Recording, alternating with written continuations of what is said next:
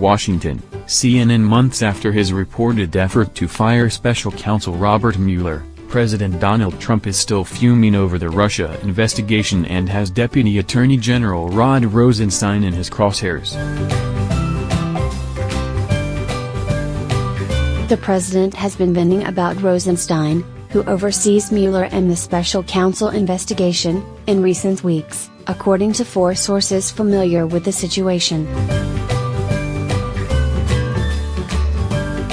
At times, Trump even gripes about wanting Rosenstein removed, 2 of those sources said. One source said the president makes comments like "let's fire him, let's get rid of him" before his advisors convince him it's an ill-fated idea. Trump's first year in office has been marked by his preoccupation with an investigation he has dubbed a witch hunt and his reported efforts to bring it to a swift conclusion. After Attorney General Jeff Sessions recused himself from the investigation, Trump took the dramatic step of firing FBI Director James Comey, but only after asking him for a pledge of loyalty and to back off the FBI investigation into former National Security Advisor Michael Flynn, according to Comey. The move led to the appointment of a special counsel in May 2017, a development that continues to infuriate the president. While Trump often directed that anger at Sessions, by June he turned his ire to Mueller and wanted the special counsel fired, a source confirmed to CNN after it was first reported in the New York Times. White House counsel Don McGahn refused to order the Justice Department to fire Mueller, the source said, because he disagreed with the president's reasoning.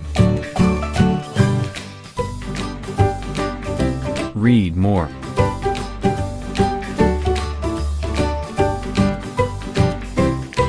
Trump appeared in good spirits Friday morning as he prepared to deliver remarks in Davos, a source who spent time with Trump behind the scenes said.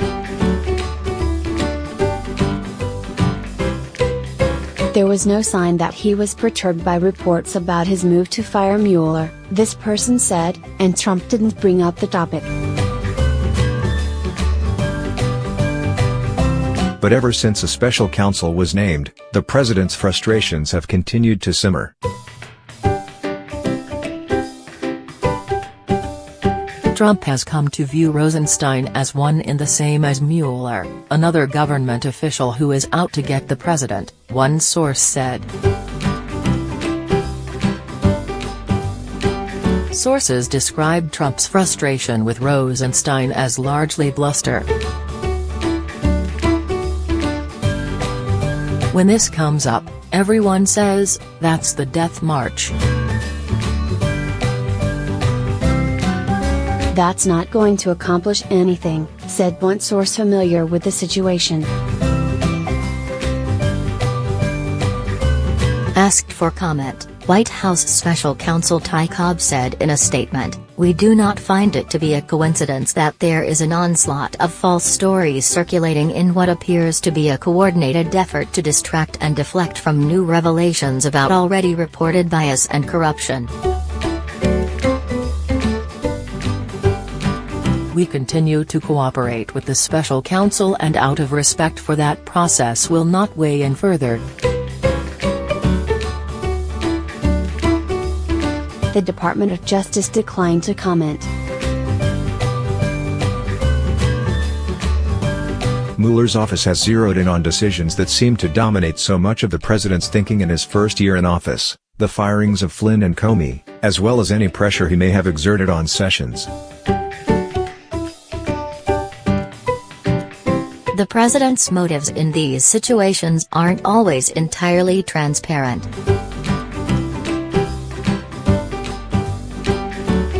One source said that, back in June, the president and his attorneys had multiple discussions about whether they should make an issue of Mueller's conflicts.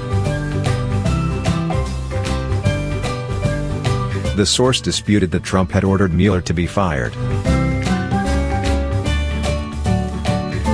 In explaining his urge to fire Mueller, The Times, citing two people, said the president said there was a conflict of interest based on Mueller's dispute with one of his golf clubs over fees, the fact that Mueller worked at the same law firm that was representing Trump's son-in-law Jared Kushner, and that Mueller interviewed for the FBI director position the day before he was named special counsel. A source tells CNN another reason Trump wanted to fire Mueller was his perception that Mueller was close friends with Comey.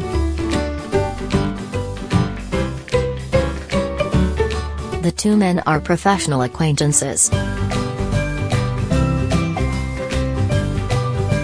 As for McGahn, he was already prone to becoming frustrated with the president and had threatened to quit over different issues, including Trump's choice of lawyers to defend the president in White House, according to a source familiar with the situation. But the pressure in June to fire Mueller caused McGahn to tell others he would resign, and this time he packed up some of his belongings in boxes, according to two people familiar with the matter. Before the news broke Thursday, those who have worked closely with McGahn in recent weeks said they believe he's committed to staying at the White House. But his fate could depend on how Trump reacts upon his return to Washington. Next week, the special counsel's team is set to question former White House chief strategist Steve Bannon about the Flynn and Comey firings, people familiar with the investigation said. It was a topic that several White House officials have been asked about.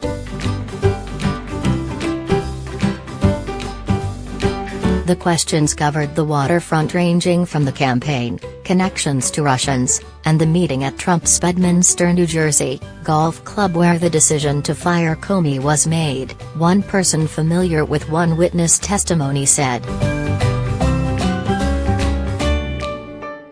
They're really digging into the Comey obstruction piece, this person said. Sources familiar with the matter told CNN that Mueller had provided Trump's lawyers with possible interview topics including Trump allegedly asking Comey to drop an investigation into Flynn and Trump's outreach to leaders of the intelligence community about the Russia investigation. The new information about Trump's desire to fire Mueller, which the president deemed fake news on Friday, puts his team on a collision course with the special counsel as the two are in talks about the president being interviewed. Trump told reporters Wednesday he was looking forward to an interview with Mueller and would do it under oath. There has been no collusion whatsoever.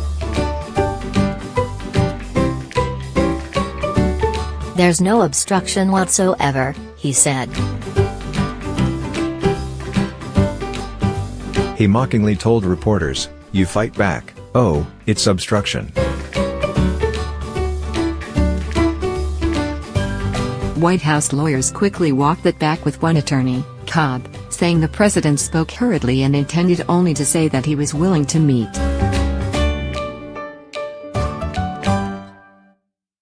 John Dowd, the president's personal lawyer, struck a stronger note Thursday, saying, "I will make the decision on whether the president talks to the special counsel. I have not made any decision yet."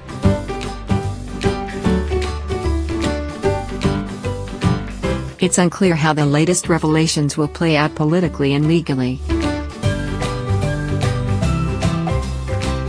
If Trump's legal team decides to not agree to an interview, Mueller's team could subpoena his testimony before a grand jury, which could set up a court battle.